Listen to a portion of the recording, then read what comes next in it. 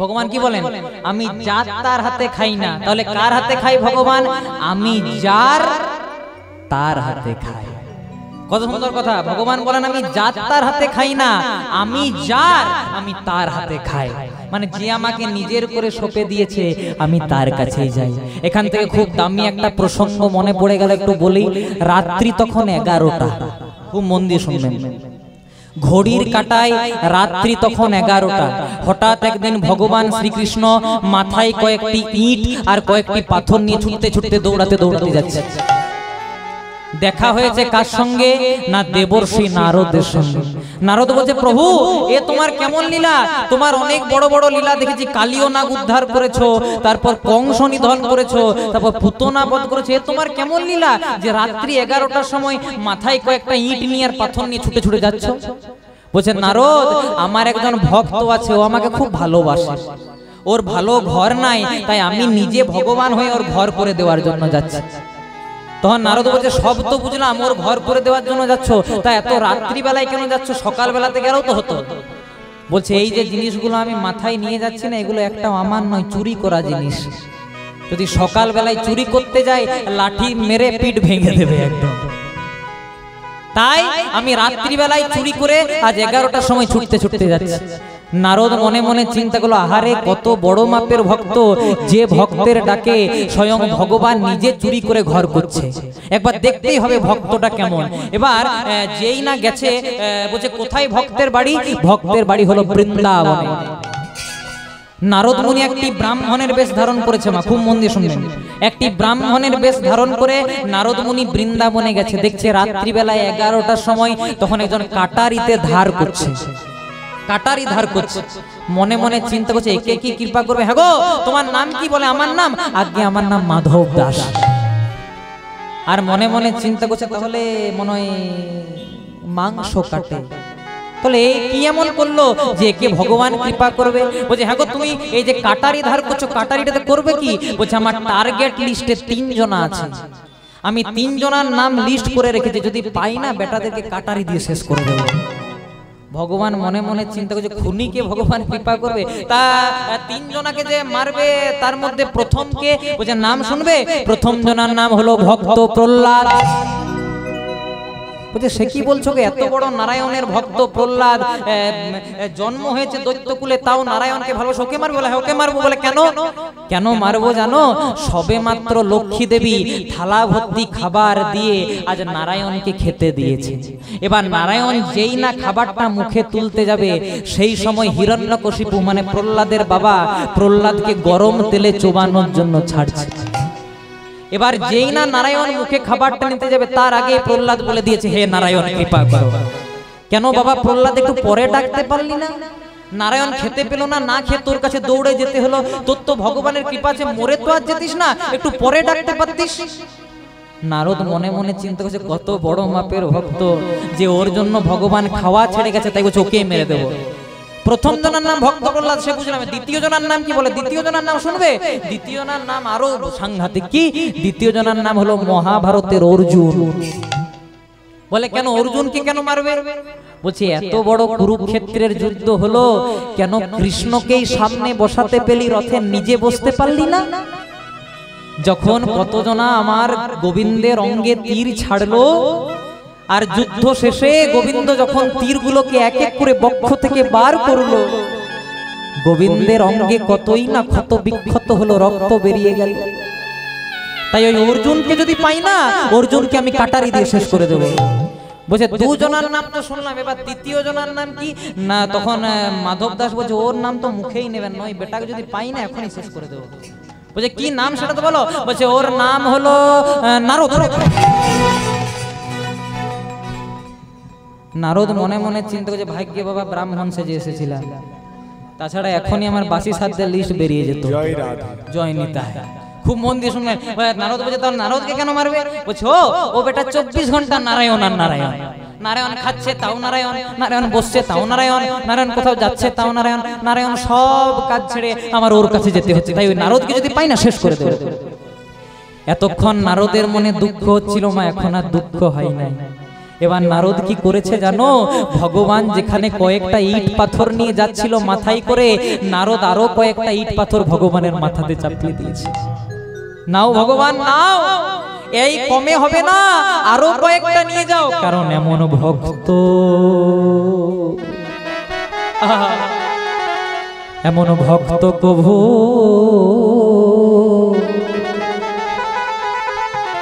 ভক্ত কভু দেখি নাই গো,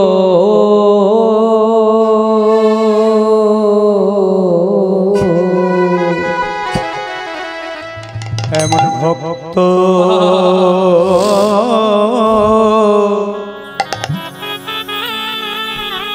কভু কভু দেখি নাই গো,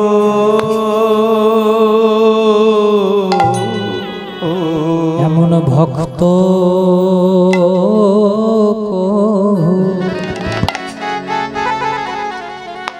ভক্ত কভু দেখি নাই গো, ও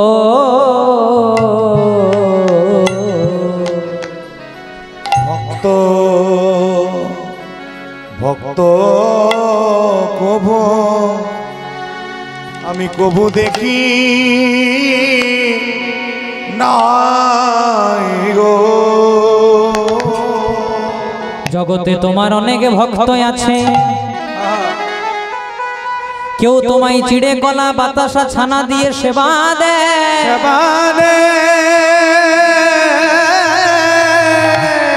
কিন্তু জগতে অনেক কম ভক্ত আছে, যারা তোমাকে ভক্তি দিয়ে আর দু ফোঁটা নয়ন জলে দিয়ে সেবা তাই গৌর হরি করে। আর যেজন একবার ভগবানের চরণে নয়ন জল দিতে পারে, ভগবান কি করে জানো মা, যেজন ভগবানের চরণে নয়ন জল দেয়, ভগবান সেই ভক্তের চরণে চরণের ধুলা,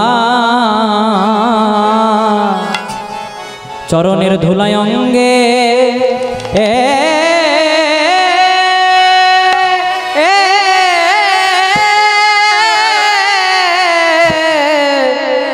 মাখে, চরণে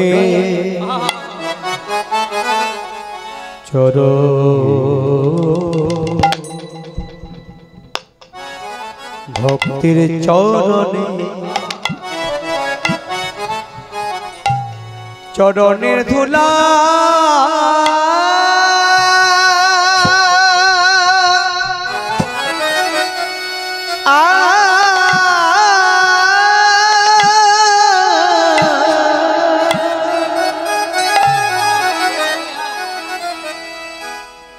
চরণের ধুলা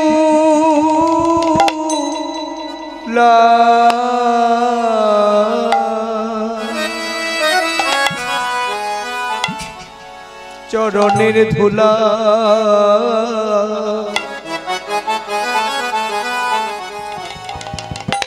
অঙ্গে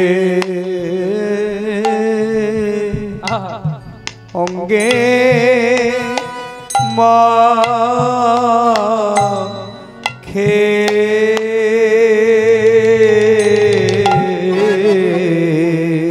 গোবিন্দ কৃপা কৃপা কর বলে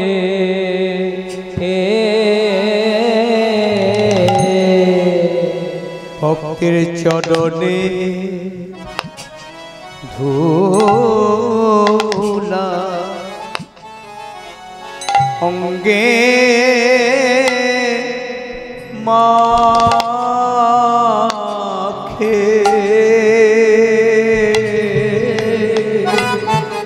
গোবিন্দ কৃপা কর বলে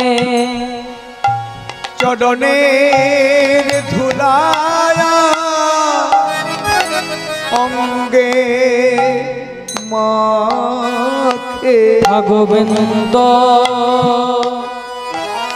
কৃপা কর বলে চরণের ধুলা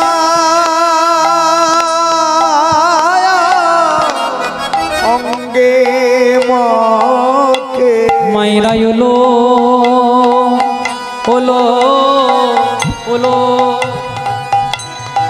ভক্তের চরণের ধুলা অঙ্গে মাখে সবাই নিতাই গৌর দুটি বাহু তুলে ভক্তের চরণের ধুলা গায়ে মাখে গোবিন্দ তোমার খোলাম বলে ভক্তের চরণের ধুলা গায়ে মাখে গোবিন্দ তোমার খোলাম বলে ভক্তের চরণের ধুলা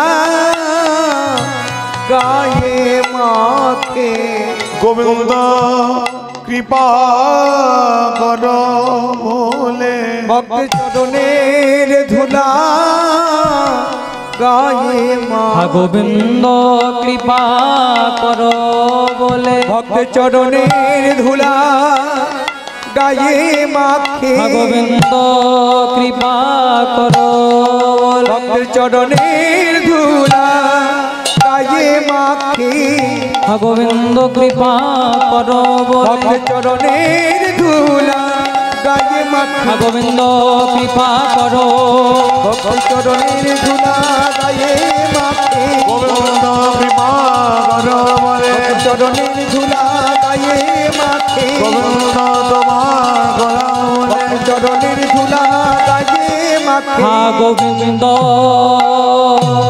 কৃপা কর বলে মায়ের উলুধ্বনি হরি ধুলা গায়ে মাখে গোবিন্দ কৃপা কর বলে ভক্তের চরণের ধুলা গায়ে মাখে গোবিন্দ কৃপা কর ভক্তের চরণের ধুলা গায়ে মাখে গোবিন্দ কৃপা কর ভক্তের চরণের ধুলা গায়ে মাখে গোবিন্দ কৃপা কর বলে চরণের ধুলা গায়ে মাখে একবার নিতাই গৌর দুটি বাহু ভক্তের চরণের ধুলা গায়ে মাখে গোবিন্দ কৃপা কর বলে চরণের ধুলা গায়ে মাখে হরি হরি বলে চরণের ধুলা গায়ে মাখে ভক্তের চরণের ধুলা অঙ্গে মাখে একদম লীলা শেষের দিকে চলে এসেছি, খুব মন দিয়ে শুনবেন। জয়দেবের বয়স যাই না হলো 16 বছর। জয়দেব কৃষ্ণ নামের ভাব সাগরে তলিয়ে গেল। মা নেই, বাবা নেই, অন্ন নেই, বস্ত্র নেই। যেভাবে তুমি সকাল দেখো,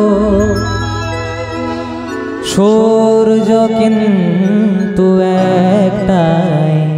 যেভাবে তুমি সকাল দেখো, সূর্য কিন্তু একটাই। যেভাবে তুমি সকাল দেখো, সূর্য কিন্তু একটাই। যেভাবে তুমি সকাল দেখো, সূর্য কিন্তু একটাই। যত ভাগে করো না প্রেম, হৃদয় কিন্তু একটাই। যত ভাবে ভাগ করো প্রেম কিন্তু একটা। যেভাবে তুমি সকাল দেখো সূর্য কিন্তু একটা যেভাবে সকাল দেখো সূর্য কিন্তু একটা। বাবা নেই, মা নেই, অন্ন নেই, বস্ত্র নেই, পথে পথে ঘুরে বেড়ায়, কেউ বা তার চুল ধরে টেনে দেয়। শুধু একটাই উত্তর, হাজার প্রশ্ন একটাই উত্তর, হরে কৃষ্ণ রাম। কিছু খাবি? তাও হরে কৃষ্ণ রাম। তোর কি নাম? হরে কৃষ্ণ রাম। তোর বাবার কি নাম? হরে কৃষ্ণ রাম। তোর মায়ের কি নাম? হরে কৃষ্ণ রাম। হাজার প্রশ্ন, কিন্তু শুধু একটাই উত্তর, হরে কৃষ্ণ রাম। তখনকার দিনে জমিদারদের উপদ্রব ছিল। জয়দেবের যেই না পাগল হয়ে গেল, সেই শোকে জয়দেবের বাবা ভোজদেব গোস্বামীও দেহত্যাগ করলেন। মা নেই, বাবা নেই, কেউ নেই, রইল শুধু একটি মাত্র সম্বল, পিতৃভিটা। তখনকার দিনে জমিদারদের উপদ্রব ছিল। জমিদাররা জয়দেবকে বললেন, জয়দেব, তোমার বাবা তোমাকে পড়াশোনা করানোর জন্য অনেক টাকা নিয়েছে, ঋণ নিয়েছে, ধার নিয়েছে, কিন্তু শোধ করতে পারেনি। তুমি পারবে? পারলো না। জয়দেবের যেটি একমাত্র সম্বল, জন্মভিটা, পিতৃভিটা, সেটাকেও দখল করে নেওয়া হলো। জয়দেবের একটি মাত্র বন্ধুর নাম পাওয়া যায়, যার নাম ছিল পরাশর। এই পরাশর জয়দেবকে বললেন, জয়দেব, তুই এই কেন্দুলি গ্রামে থাকিস না ভাই, তুই চলে যা পুরী ধামে। সেই পুরী ধামে গেলে তুই তো নীলমাধবকে পেলেও পেতে পারিস, তুই তো নীলমাধবকে পেলেও পেতে পারিস। আর এইদিকে জয়দেব গোস্বামী যেই না পুরী ধামে গেল, তখন সবে মাত্র সন্ধ্যা আরতি হচ্ছে। জগন্নাথ স্বামী নয়না পথগামী ভবতু মে। জগন্নাথ স্বামী নয়ন পথগামী ভবতু মে। জগন্নাথ স্বামী নয়ন পথগামী ভবতু মে। জগন্নাথ স্বামী নয়ন পথগামী ভবতু মে। জগন্নাথ স্বামী নয়ন পথগামী। জগন্নাথ স্বামী নয়ন পথগামী। জগন্নাথ স্বামী নয়ন পথগামী। জগন্নাথ স্বামী নয়ন পথগামী ভবতু মে, ভবতু মে। জগন্নাথ স্বামী নয়ন পথগামী। মায়ের ধ্বনি হরিধ্বনি করবেন, জগন্নাথ মম স্বামী নয়ন পথয়নগামী। ভবতু মে, ভবতু মে। ভবতু মে, ভবতু মে। ভবতু ভবতু মে। হরে কৃষ্ণ। একটি বিশেষ ঘোষণা, এখানে সেবার ব্যবস্থা আছে, সেবা নেবেন, তারপর সবাই বাড়ি যাবেন। তার আগে বাড়ি যাবেন না, কারণ এরপরে রাসলীলা আছে। একদম সবটা শ্রবণ করে আমাকে যেমন আপনারা সহযোগিতা করে চলেছেন, তেমনি কিন্তু এরপরে যিনি শিল্পী নামবেন তাকে একটু সহযোগিতা করবেন। আর এদিকে জয়দেব প্রবেশ করলো পুরী ধামে। হরি নাম, চলুন মায়েরা সবাই মিলে একসঙ্গে কৃষ্ণানন্দে মেতে উঠবো। হরি নাম কৃষ্ণ নাম গেয়ে যাও ও বীর। হরি নাম কৃষ্ণ নাম গেয়ে যায় ও ধীরা। হরি নাম কৃষ্ণ নাম গেয়ে যাও ও বীরা। হরি নাম কৃষ্ণ নাম গেয়ে যায় ও ধীরা। এসেছো ভবে যেতে হবে, এসেছো ভাবে যেতে হবে। নাম করো মন তারি পাবে। নাম করো মন তারি তোরে। ত্রিতাম জ্বালায় বিরামের মন মাছ। সবাই মিলে হরে কৃষ্ণ হরে রাম। হরি নাম কৃষ্ণ নাম গেয়ে যায় ও ধীরা। হরি নাম কৃষ্ণ নাম গেয়ে যায় ও ধীরা। হরি নাম কৃষ্ণ নাম গেয়ে গেয়ে যায় অবিরাম। শ্রী চৈতন্য নিত্যানন্দ শ্রী অদ্বৈত সীতা হরি গুরু বৈষ্ণব ভাগবতার গীতা উলুধ্বনি। চৈতন্য নিত্যানন্দ অদ্বৈত সীতা হরি গুরু বৈষ্ণব ভাগবতার গীতা। চৈতন্য নিত্যানন্দ শ্রী অদ্বৈত সীতা হরি গুরু বৈষ্ণব ভাগবত গীতা। এসেছো ভাবে যেতে হবে, এসেছো ভাবে যেতে হবে, নাম করো মন তারি পা, নাম করো মন তারি তোরে। প্রীতম জ্বালায় বিরামের মন, হরে কৃষ্ণ হরে রাম। হরে রাম কৃষ্ণ নাম গেয়ে যায় অবিরাম। হরি নাম কৃষ্ণ নাম গেয়ে যায় অবিরাম। হরি নাম কৃষ্ণ নাম গেয়ে যায় অবিরাম। হরি নাম কৃষ্ণ নাম গেয়ে যায় অবিরাম। গেয়ে যায় অবিরাম। গেয়ে যায় অবিরাম। গেয়ে যায় অবিরাম। গে যা হবে রাম। বলো বলো রাধা রানী কি, জয় হো, শ্যাম সুন্দর গোবিন্দ কি, জয় হো, আপন আপন পিতা মাতা কি, জয় হো, নিজ নিজ গুরুদেব কি। জয় হো। জয়দেব প্রবেশ করলো পুরী ধামে, দীর্ঘ 16 বছর বয়সে যাত্রা শুরু করলো। যেই না জয়দেবের বয়স হলো 24 বছর। 8 বছর পর দীর্ঘ পথে পথে পরিক্রমা করতে করতে জয়দেব প্রবেশ করলো পুরী ধামে। পাগলের তালে, উন্মাদের তালে আর জয়দেব পুরী ধামে গিয়ে প্রথমেই জগন্নাথ দেবকে স্পর্শ করে দিলেন। সেটা দেখতে পেল পুরীর একজন পান্ডা।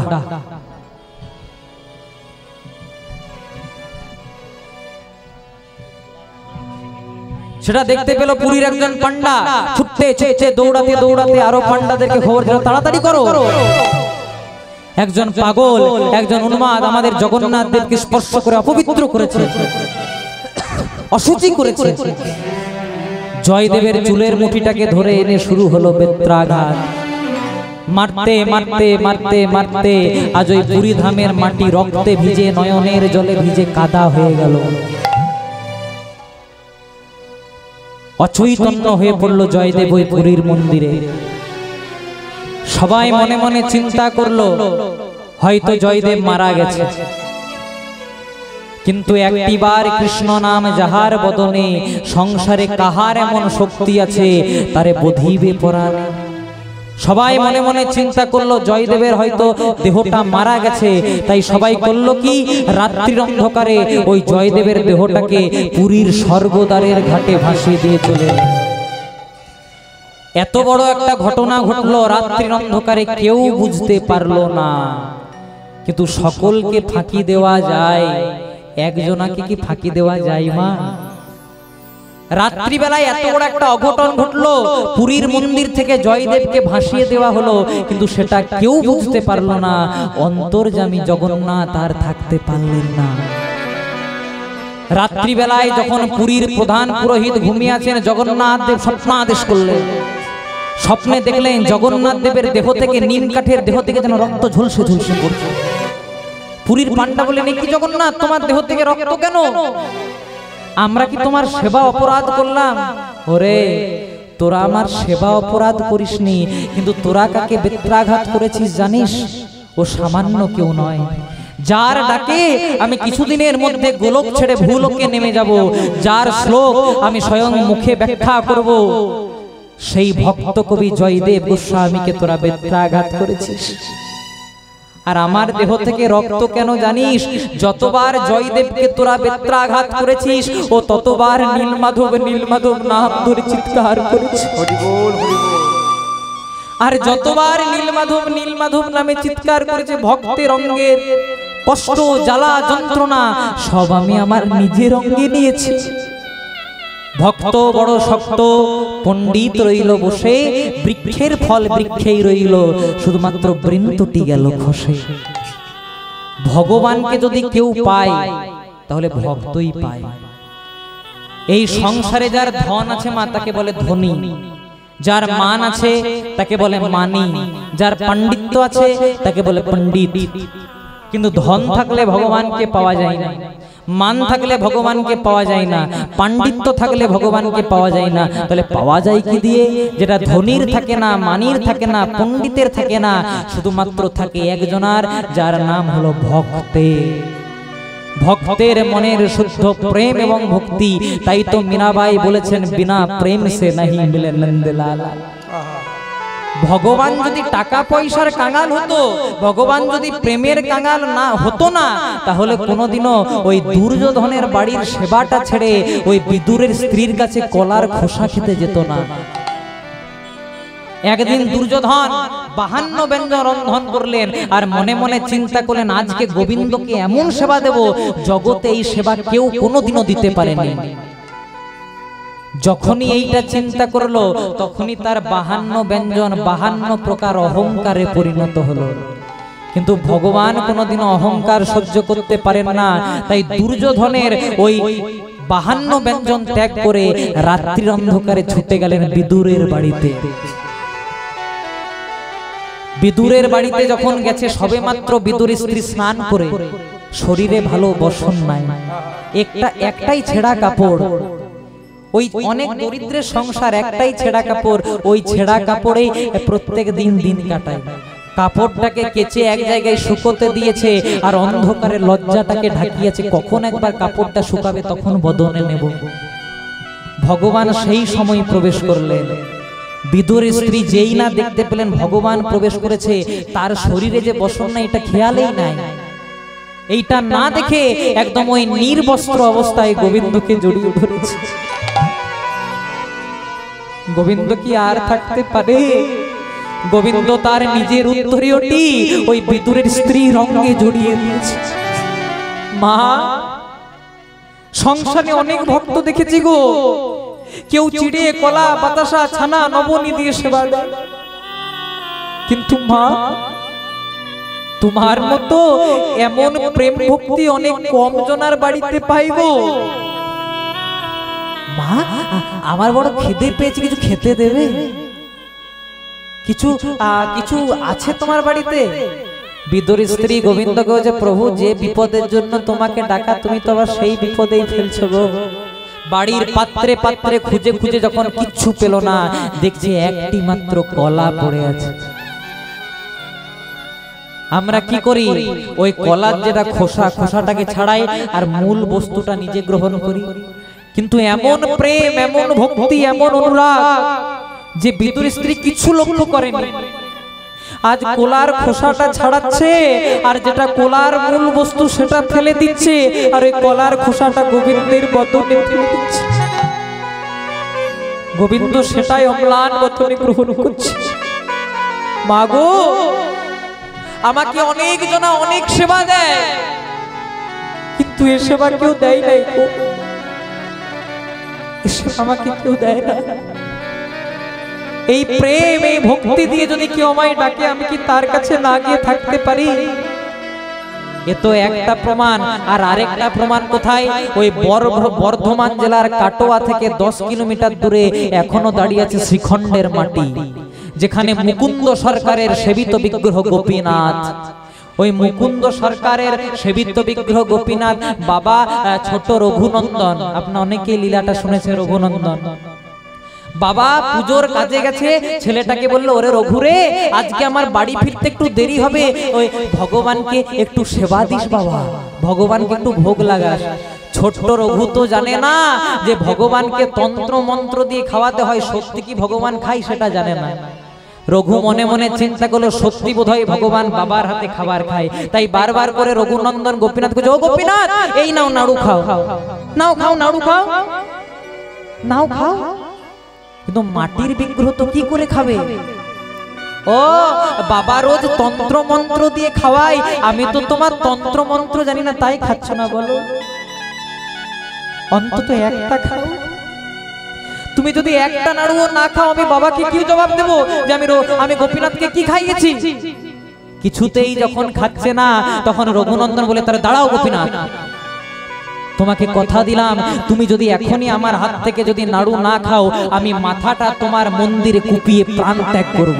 হরি বল, হরি বল, হরি বল। এইভাবে যেই না মাথাটি নিচে পতিত করতে যাবে, সঙ্গে সঙ্গে ভগবান আর থাকতে পারে?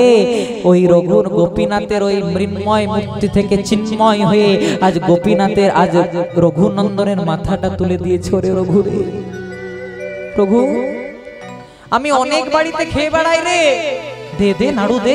এবার একটা দুটো তিনটে চারটে করে খাচ্ছে। এবার যখন আর একটা নাড়ু পড়ে আছে, তখন রঘুনন্দন গোপীনাথ হাতটা খপ করে চেপে ধরেছে।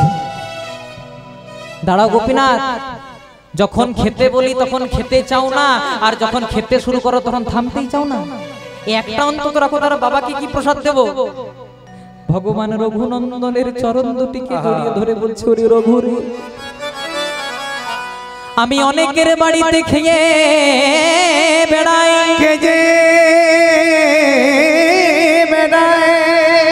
কিন্তু জানিস রঘু, তোর এই খাবারটার মতো স্বাদ আমার কারু বাড়িতে লাগে না রে। আর আমি তোর কাছে কেন খাই জানিস? তোর মতোই আমায় এমন করে কেউ খাওয়াই না রঘু রে, এমন করে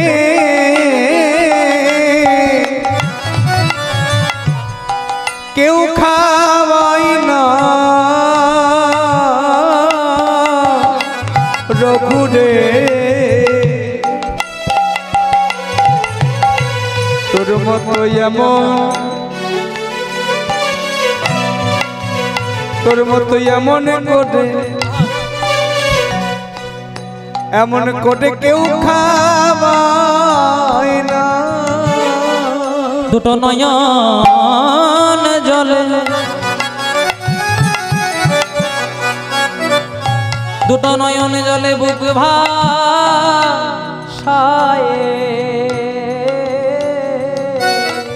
ওরে এমন, এমন করে কেউ খাওয়ায় না রঘুনাথ খাও,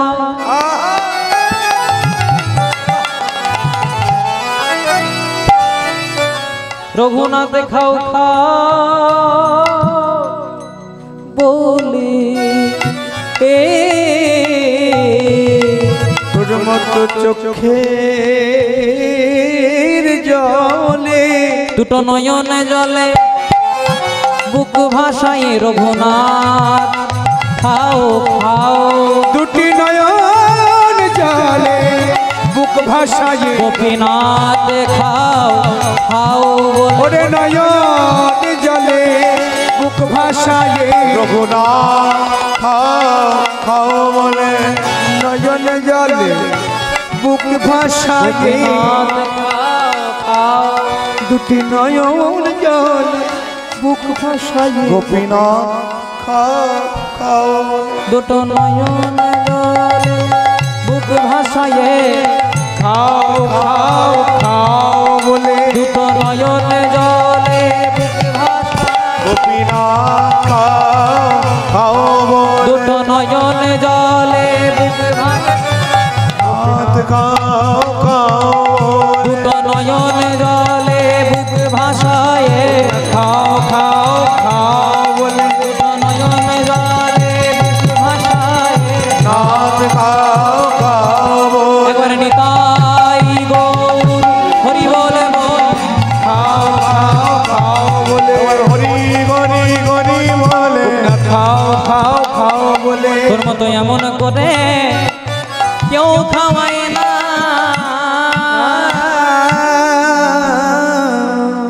এইদিকে জয়দেব গোস্বামী, যেই না জয়দেব গোস্বামীকে ভাসিয়ে দেওয়া হলো, জগন্নাথ দেব স্বপ্নাদেশ করলেন, ওই জয়দেবকে যদি ফিরিয়ে না আনো, আমি কালকের মধ্যে পুরীর মন্দির পরিত্যাগ করব। সবাই মিলে যখন আনলো, জয়দেবের হাতে ভোগ পেয়ে জগন্নাথ শান্তিতে থাকতে লাগলেন। আর এই দিকে জন্মগ্রহণ করলেন কে মা? যিনি জন্মগ্রহণ না করলে লীলাটার মিলনই হবে না। লক্ষ্মী অংশে জন্মগ্রহণ করলেন দেবী পদাবতী, পদাবতী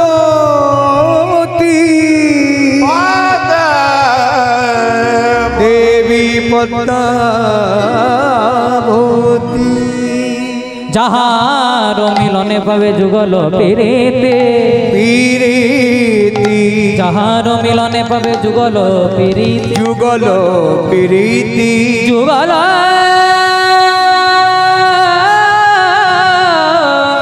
পিরিতি যুগল যুগল পিরিতি জন্মগ্রহণ করলেন পদ্মাবতী। এখানে বলে রাখি মা, একদম মিলনের রাস্তায় চলে এসেছি। জয় দেবে লীলা সহায়কারিণী পদ্মাবতী। এদিকে পদ্মাবতী জন্মগ্রহণ করলেন। আর এখানে বলে রাখি পদ্মাবতীর বাবার নাম ছিল সুদেব ব্রাহ্মণ আর মায়ের নাম ছিল গৌরী দেবী। প্রথম পক্ষে তাদের কোনো ছেলে বা মেয়ে হয়নি। তখনকার দিনে একটু বেশি রীতিনীতি ছিল, তাই তারা জগন্নাথ দেবের কাছে ধন্যায় বসেছিলেন। জগন্নাথ দেব বলেছিলেন, ওগো সুদেব, ওগো গৌরী দেবী, তোমরা চিন্তা করো না, কিছুদিনের মধ্যেই তোমাদের একটি কন্যা রত্ন হবে, নাম দেবে পদ্মাবতী। কিন্তু মেয়েটার যখনই 16 বছর বয়স হবে আমার মন্দিরে সেবা দাসী করে দিতে হবে। তাই সেবা দাসী করার জন্য পদ্মাবতী যাচ্ছে। রাখালে রাজা বলে দে না কোথায় বৃন্দাবন, শ্যামে কুণ্ড রাধা কুণ্ড গিরে গোবর্ধন। রাখাল রাজা বলে দিন কোথায় বৃন্দাবন, শ্যাম কুণ্ড রাধা কুণ্ড গিরি গোবর্ধন। রাখাল রাজা বলে দিন কোথায় বৃন্দাবন, শ্যামে কুণ্ড রাধা কুণ্ড গিরে গোবর্ধন। রাখাল রাজা বলে দে না কোথায় বৃন্দাবন, শ্যাম কুণ্ড রাধা কুণ্ড গিরি গোবর্ধন।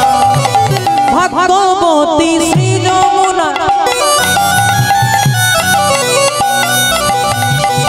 উজান বয়ে যায়, কেশি ঘাটার বংশী বটে আছে শ্যামল।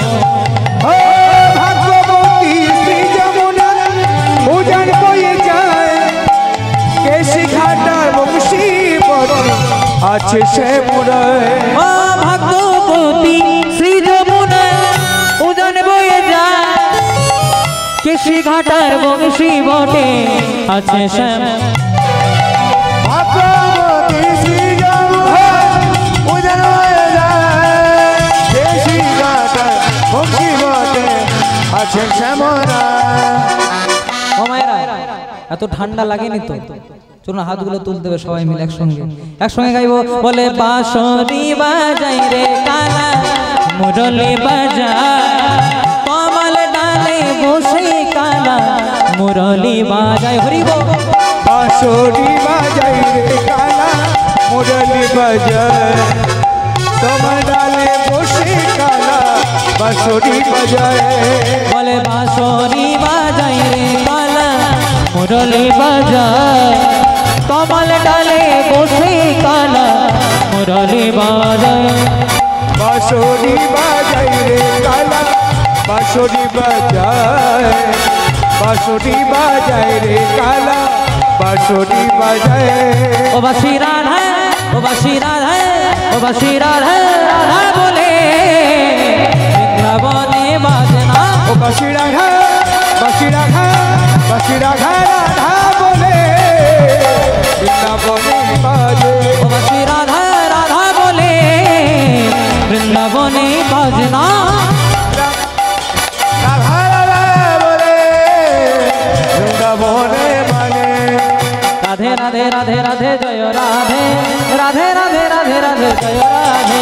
রাধে রাধে রাধে রাধে জয় রাধে, রাধে রাধে রাধে রাধে জয় রাধে। রাধে রাধে রাধে জয় রাধে, রাধে রাধে রাধে জয়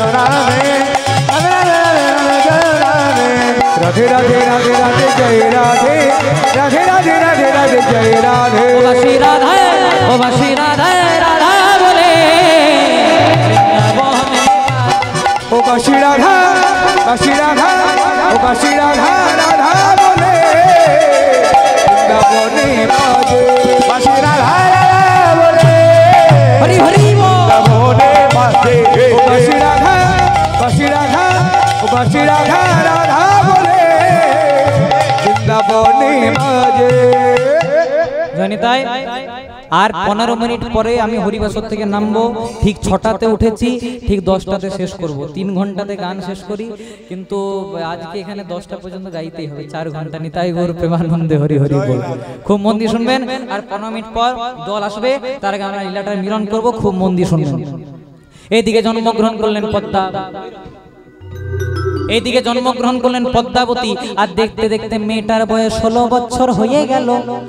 যেই না মেয়েটার 16 বছর বয়স হয়ে গেল, অমনি হলো কি, বাবা ওই যে জগন্নাথ দেব বলেছিলেন যে পুরীর মন্দিরে সেবাদাসী করতে হবে, তাই করলেন কি, আজকে বাবার হাতটাকে ধরে পদ্মা যাচ্ছে কোথায় সেবাদাসী হওয়ার জন্য। বলে দে দে আমায় সাজায়ে দে মা রাজে নন্দিনী, দে দে আমায় সাজায়ে দে মা রাজনন্দিনী, দে মায়া মায় সাজায়ে দে মা রাজনন্দিনী, দে মাগামায় সাজায়ে দে মা রাজনন্দিনী। পিতার গৃহে যাব যাব সেবা নন্দিনী, আমি পিতার গৃহে যাব বাবা সেবা দাসিনী। পিতার দিকে যাব মাগো সেবা দাসিনী, ওই না পিতার গৃহে যাব আমি হব সেবা নন্দিনী, পিতার দিকে যাব মা সেবা নন্দিনী। তাই জয়দেবের লীলা সহায়কারিণী পদ্মা বাবার হাতটাকে ধরে চলেছে কোথায়, নয় পুরী ধামের উদ্দেশ্যে। যখন পুরী ধামের উদ্দেশ্যে গেছে, ও মায়েরা খুব মন দিয়ে শুনবে, একদম লীলার মিলনে চলে এসেছে। যেই না পদ্মাবতী তার বাবার হাতটা ধরে চলেছে, আর এই দিকে হয়েছে কি, এই দিকে আমার ভক্ত বৎসল গোবিন্দ মনে মনে চিন্তা করলেন একবার পদ্মাকে পরীক্ষা করে নিন।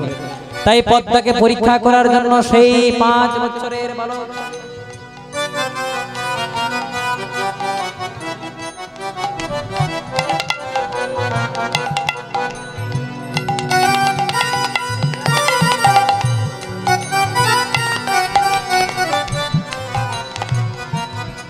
খুব আস্তে মন দিয়ে শুনবেন মা, একদম শেষের দিকে যখন চলে এসেছে আর গল্প করবেন না, এতটা যখন বসেছেন আর একটু ধৈর্য ধরে বসুন। আর এইদিকে পদ্মাবতী করেছে কি, পদ্মাবতী একটি গাছের তলায় দাঁড়িয়ে গেছে, আর সুদেব ব্রাহ্মণ গেছে কিছু ফলমূল সংগ্রহ করার জন্য। ভক্তবৎসল গোবিন্দ মনে মনে চিন্তা করলেন জয়দেবের কেমন লীলা সহায়কারিণী একবার পরীক্ষা করতে হবে, করতে হবে। তাই যেমন ভাবে জয়দেবকে দেখা দিতেন, সেই রকম ভাবে একটি 5 বছরের বালক সেজে পদ্মাকে পেছন থেকে ডাকলেন, ও দিদি, ও পদ্মা দিদি। পদ্মা মনে মনে চিন্তা করলো, আমি তো এখানে তো আমার কোনো ভাই নেই, তাহলে আমাকে দিদি বলে কে ডাকলো? যে না পেছন দিকে তাকিয়েছে, দেখছে একটি 5 বছরের বালক।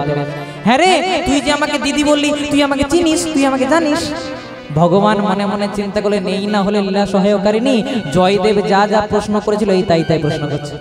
তোমাকে না চিনি, তোমার নাম পদ্মা দিদি, এ তো সবাই বলতে পারে। বল তোমার বাবার নাম, তোর বাবার নাম, তোর বাবার নাম সুদেব ব্রাহ্মণ। বলে আর বলবো? বলে হ্যাঁ বল। বলে দিদি আমি একটা জিনিস খুব ভালো পারি। বলে কি? আমি মেয়েদের কপাল পড়তে খুব ভালো পারি। পদ্মা বোঝা, তাহলে বলতো আমার কপালে কি লেখা আছে? বলে শুনবি? বলে দিদি তো কি লেখা আছে পরিষ্কার করে বল।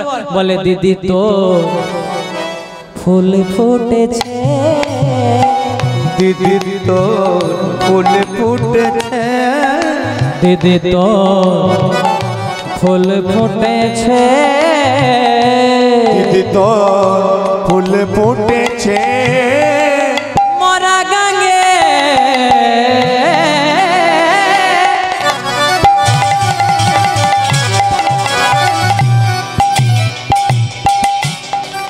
মরা গাঙ্গে ওরে দিদি, দিদি ওরে দিদি জোয়ারে লেগেছে,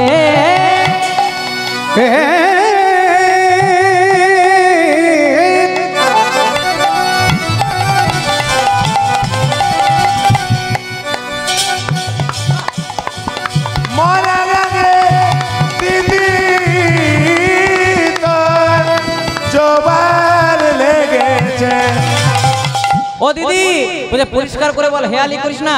বলে দিদি তুই যাচ্ছিস সেবাদাসী হওয়ার জন্য, কিন্তু সেবাদাসী হবি না, ওখানে একজন ব্রাহ্মণ আছে জয়দেব, ওর সঙ্গে তোর বিয়ে হবে। বলে আমার বিয়ে হল? হ্যাঁ। বলে তোর বিয়ে হবে, তা তোর বিয়েতে আমাকে নিমন্ত্রণ করতে ভুলিস না। তখন পদ্মাবতী বলছে কই তোর পরিচয়টা পাবো কি করে, ভগবানকে বলছে। তখন ভগবান বলছে দিদি আমার পরিচয়টা লিখে নে, আমার নামে দীনবন্ধু ঘোষ। দীনবন্ধু ঘোষ। আমাকে সবাই ভালো করে চেনে না, চেনে না। যখন পত্র লিখবি আমার দাদার নামটা লিখে দিবি, দাদার নামটা লিখে দিবি। আমার নাম দীনবন্ধু ঘোষ, আমার দাদার নাম বলরাম ঘোষ। বলরাম ঘোষ। ও দিদি আর এই নামে যদি না চিনিস তোকে আরেকটা ঠিকানা দি, আমার নাম কানাই ঘোষ। কানাই ঘোষ। আর আমার দাদার নাম বলায় বালাই ঘোষ। এবার ভগবান ছুটে ছুটে যাচ্ছে, তখন পদ্মা বলছে এই তোর ঠিকানাটা দিয়ে যা। তখন ভগবান বললেন দিদি লিখে নে, আমার জেলা হলো মেদিনীপুর। পদ্মা মনে মনে চিন্তা করলো মেদিনীপুর জেলার ছেলে, কিন্তু ভগবান বলে দিল মেদিনী মানে এই যে আকাশ, এই যে বাতাস, এই যে বিশ্ব চরাচর, সব জায়গাতে আমার বাস। আর এইদিকে সুদেব ব্রাহ্মণ পদ্মার কাছে এসে পরে বলছে হ্যাঁ রে মা তোর কি কোনো ছোট ছেলের সঙ্গে দেখা হয়েছে? হ্যাঁ বাবা জানিস আমারও একটা ছোট্ট ছেলের সঙ্গে দেখা হয়েছিল, 5 বছর বয়স, কত সুন্দর রাঙা রাঙা পা, আমি কোনো রকমে ফল পাড়তে পারছিলাম না, এমন পায়ে আঘাত করলো সব ফলগুলো আমার হাতের কাছে চলে গেল। আর ও বলেছে যে তোকে সেবাদাসী করা যাবে না, ওখানে একজন ব্রাহ্মণ আছে ওর সঙ্গে তোর বিয়ে দিতে হবে, ব্রাহ্মণ নাম জয়দেব। ও মায়েরা খুব মন দিয়ে শুনবে। এবার করেছে কি পুরীর মন্দিরে গেছে, গিয়ে পরে প্রণাম করে বলছে এখানে জয়দেব আছে। হ্যাঁ জয়দেব আছে। এবার করেছে কি জয়দেবের দুটি হাত, পদ্মার দুটি হাত, জয়দেবের দুটি হাত, পদ্মার দুটি হাত একসঙ্গে করে দিয়ে চলে গেছে সুদেব ব্রাহ্মণ। তখন জয়দেব বলছে এই মেয়েটা তোমার বাবা যখন গেল তুমি কেন গেলে না? তুমি আমার স্বামী। জয় রাধে। বলছে যখন থেকে আমার বাবা তোমার দুটি হাত আমার দুটি হাত একসঙ্গে করেছে তুমি আমার স্বামী হও। বলে তুমি জানো আমি এক বেলা খাই এক বেলা উপোস দিই। সত্যি? হ্যাঁ বলে এক বেলা খাবো এক বেলা উপোস দেব। তুমি জানো আমি মাঝে মাঝে জগন্নাথ দেবের কাছে ধন্যায় বসি। বাবা রে এটাও মানবে? তুমি জানো আমি সারা দিন মাঝে মাঝে উপবাসেই থাকি। বলে আমি উপবাসে থাকি। পদকর্তা মহাজন কলম দেন বলে যেমন খেপা। তারপরে এটা কি হবে গো মা? কত জানেন গো আপনারা? যেমন খেপা তেমনি খেপি মিলেছে ভালো, যেমন খেপা তেমনি খেপি মিলেছে ভালো, যেমন খেপা তেমনি খেপি মিলেছে ভালো, যেমন খেপা তেমনি খেপি মিলেছে ভালো। ভাবের ঘরে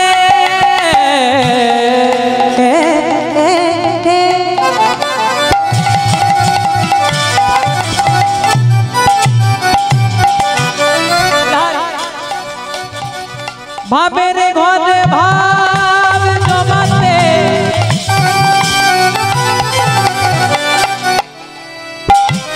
জমাতে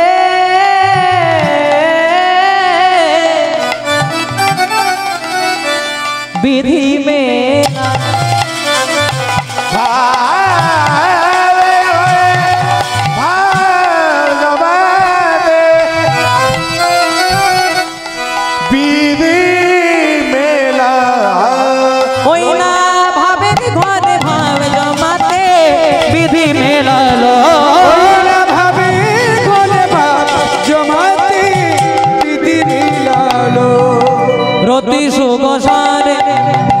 গৌতম বিশারে ধীর সমীরে যমুনার তীর, ধীর সমীরে যমুনার তীরে, বসতে বনে বন বনমালী, বসত মালি বনমালী, ওই না বসতে বনে বন বনমালী, ওই না বসতি বনে বন বনমালী।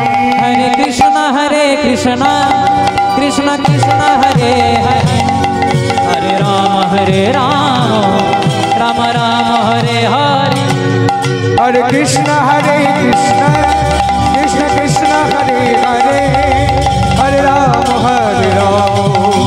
राम राम हरे हरे, राम राम हरे हरे, राम हरे राम राम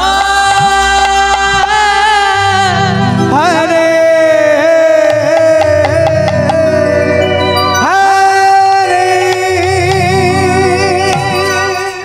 তাই হলো কি, খুব মন দিয়ে শুনবেন।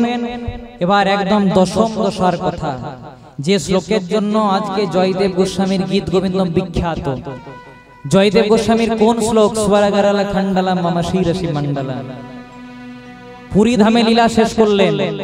পুরী ধামের লীলা শেষ করার পর আজ কিন্তু ভগবান স্বপ্নাদেশ করলেন, ওগো জয়দেব, ওগো পদ্মাবতী, তোমরা পুরী ধামে থেকো না, তোমরা চলে যাও আবার কেঁদুলি গ্রামে। সেখানে শেষবারের মতো আমরা তোমাকে দেখা দেব, কৃপা করব। তাই শেষবারের মতো আজকে পদ্মাবতী এবং জয়দেব চলে গেছে কোথায়? কেঁদুলি গ্রামে।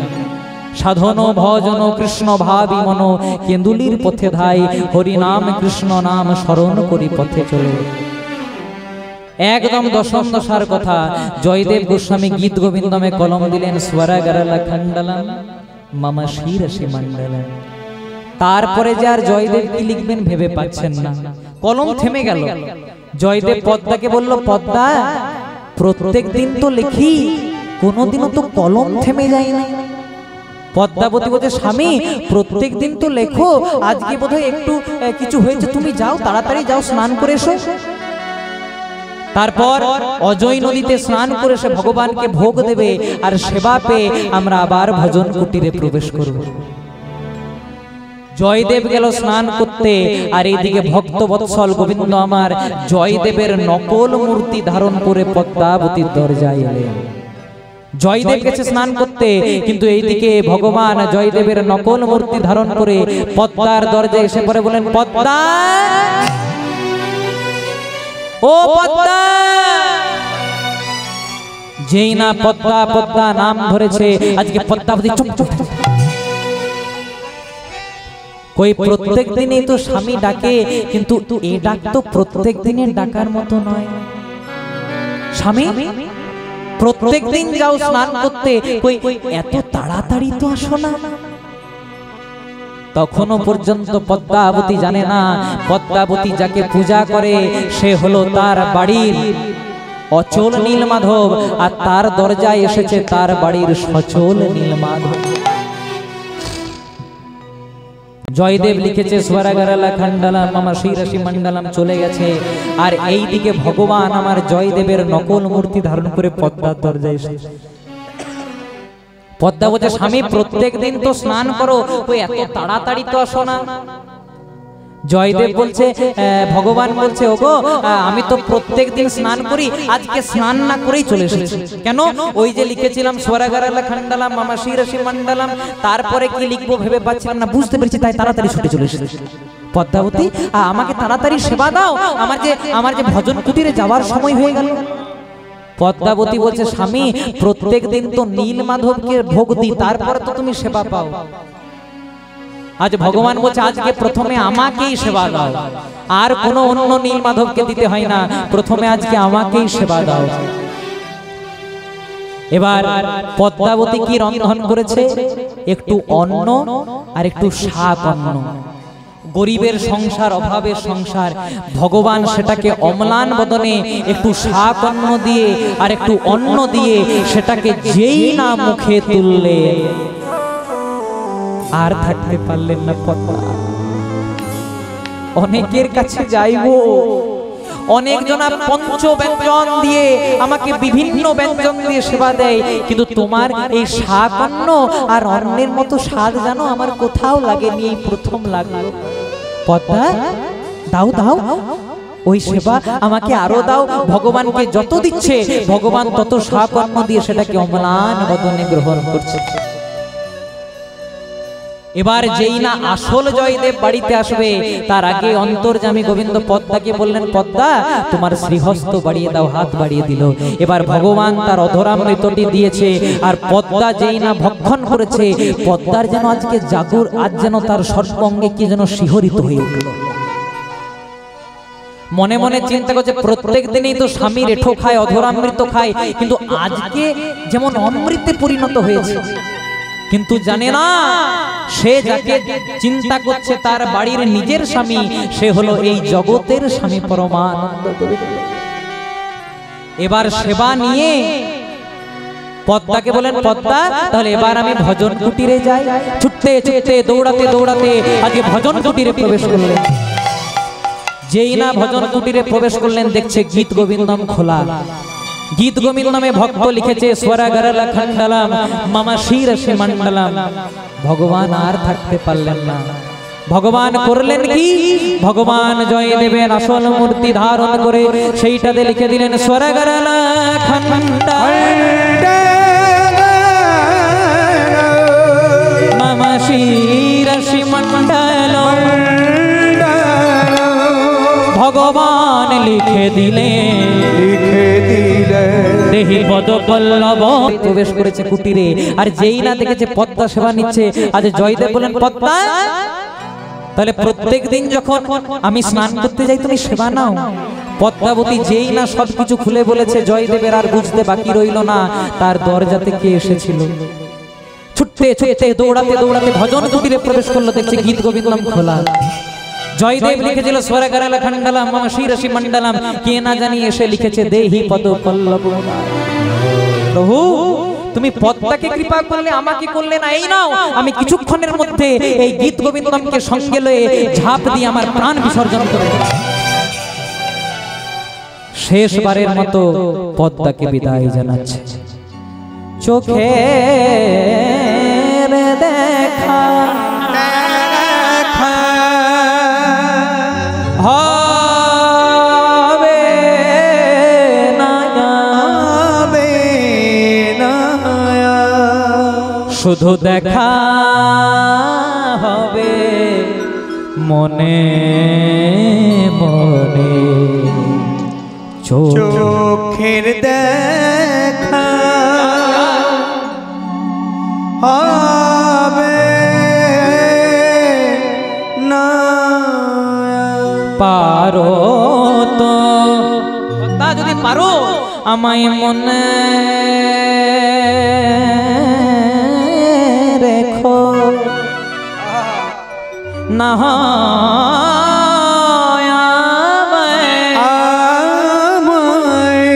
ভুলে যেও। পারো যদি আমায় মনে রেখো, না গয় গামাই ভুলে যেও। আমার যাওয়া সময় হলো, দাও বিদায়। মুছো আঁখি দুয়ার খুলো, দাও বিদায় বিদায়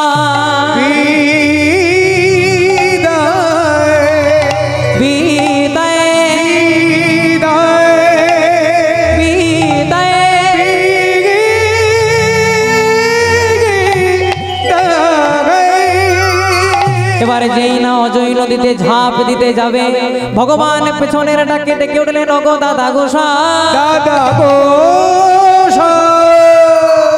তুমি মরো না দাদা গোসাই, দাদা গো তুমি আমার কোলে এসো, কোলে